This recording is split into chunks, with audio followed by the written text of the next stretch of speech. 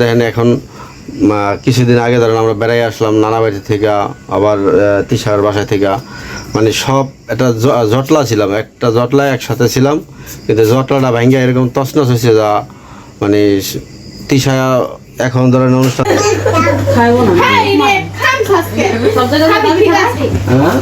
না বাবা তুমি একটু খাও কাম দাও মুখে দেন না দেখছো দেখছো পানটা খেলে কি দিগা পান দে বার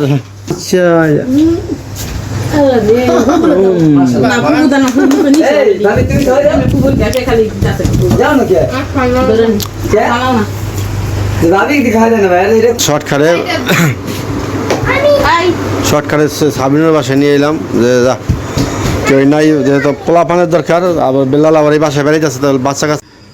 আসসালামু আলাইকুম, আপনারা সবাই কেমন আছেন? আপনাদের দোয়া বরকতে ভালোই আছি। তো প্রতিদিনের মতো আবার নতুন একটা ভিডিও নিয়ে আসলাম। ভিডিও শুরু আগে বলি, যারা আমার চ্যানেলটা সাবস্ক্রাইব করছেন তাদের অসংখ্য ধন্যবাদ, যারা না করছেন যে আমার ভিডিও ভালো লাগে অবশ্যই আমার চ্যানেলটা সাবস্ক্রাইব করবেন, পাশে থাকবেন।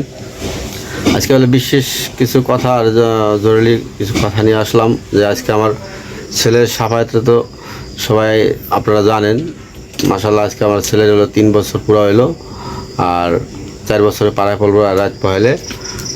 এই জন্য আমরা হলো জানেন চিন্তা ভাবনা ছিল যে ভালো করে একটা অনুষ্ঠান করব, আর সবাইতে বার্থডেতে সব কিছু মিলে দিলে আমাদের অন্যরকম একটা চিন্তা ভাবনা ছিল যে মনের ভিতরে যে ছেলের, কারণ সবাইতে এতদিন বুঝতো না যে বার্থডে কী জিনিস। ওই ইদারিং মাসখানি ধরে বার্থডে সম্বন্ধে বোঝে, যে জন্মদিন বার্থডে এইগুলোর সম্বন্ধে বোঝে।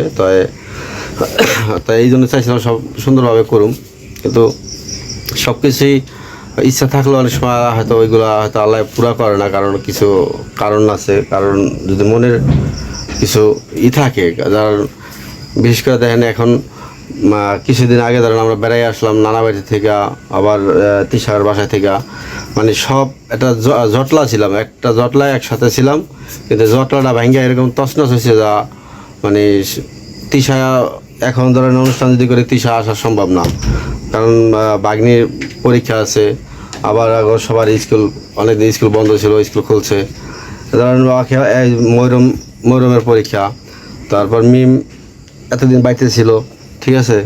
তো সব কিছু মিলে আমরা আমাদের বাড়ির পাশে হলো আজকে হলো একটা বিয়ের অনুষ্ঠান গেছে। তাই বিয়ের অনুষ্ঠানে ধরেন সবাই দাওয়াত দিছে, তো সবাই দাওয়াত দেওয়া তো অনেক বাড়িতেও লোকজন আইছে। তাই এখন যদি ওখানে আমরা যে কোনো অনুষ্ঠান করি আমরা ছেলের জন্য, তো অনেক আবার হয়তো অন্য কিছু মাইন্ড করবো, যে এরা হয়তো অনুষ্ঠানে দেখো মানে হিংসামি করে হয়তো যে কোনো কিছু চিন্তা ভাবনা করে হয়তো অনুষ্ঠান এরা আবার বার্থডের অনুষ্ঠান করছে। তো যাই সব কিছু মিলে জিলাই মানে এরাও অনুষ্ঠান অনেক বড় করছে, বিয়ের অনুষ্ঠান।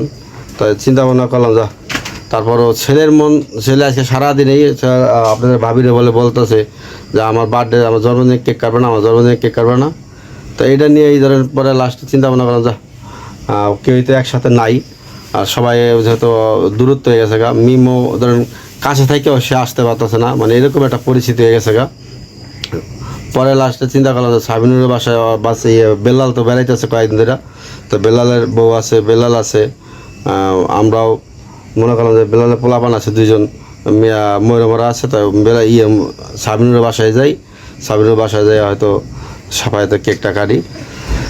তাই কেক কাটার সময় হয়তো আমাদের মুরব্বী যে আমার মা বাবা থাকা উচিত ছিল, কিন্তু তারাও ওই বিয়ে বাড়িতে অনুষ্ঠানে খাওয়ার পরে ধরেন গরমের দিন তো গরুর মাংস খাইলে তো জানেনি শরীরে অনেক জ্বালা পোড়া ওইটা জায়গা, তো ভাল লাগে না, এই জন্য তারা আসে নাই। আবার এদিকে ধরেন আমিও অনুষ্ঠানে গেছিলাম, অনুষ্ঠানে যাওয়ার পর অনুষ্ঠানে দাওয়াত খাইয়া পরে আবার আসলাম যে ছেলের বার্থডে করি। তাই এখন রাত অনেক রাত হয়ে গেছে, তাই সাবিনুর বাসা থেকে আইসা পড়লাম রাত্রে, কারণ রাত্রে থাকা সম্ভব না। তো বেলাল আছে, বেলালের বউ আছে, আবার আমার শাশুড়ি গেছিলো, সবাই তো নানি গেছিলো।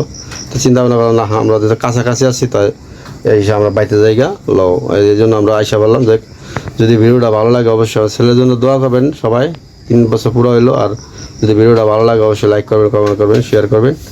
আর আমার সেরকমভাবে আর কোনো আয়োজন করি নাই, স্যাম্পলভাবে যে একটু শুধু কেকটাই, আর কিছু না, কোনো কাপড় চোপড় না, কিছু না, আপনার ভাবিও কোনো কাপড় চোপড় পরে না, কিছু না, আমিও না, কিছুই না, শুধু ছেলের আশা পুরা করার জন্য একটা কেক কাটলাম। যে ভালো থাকবেন, আমার ভিডিওর সাথে থাকেন। আসসালামু আলাইকুম। আমার ছেলের জন্য হলো কেক কাটার ব্যবস্থা হইতেছে আজকে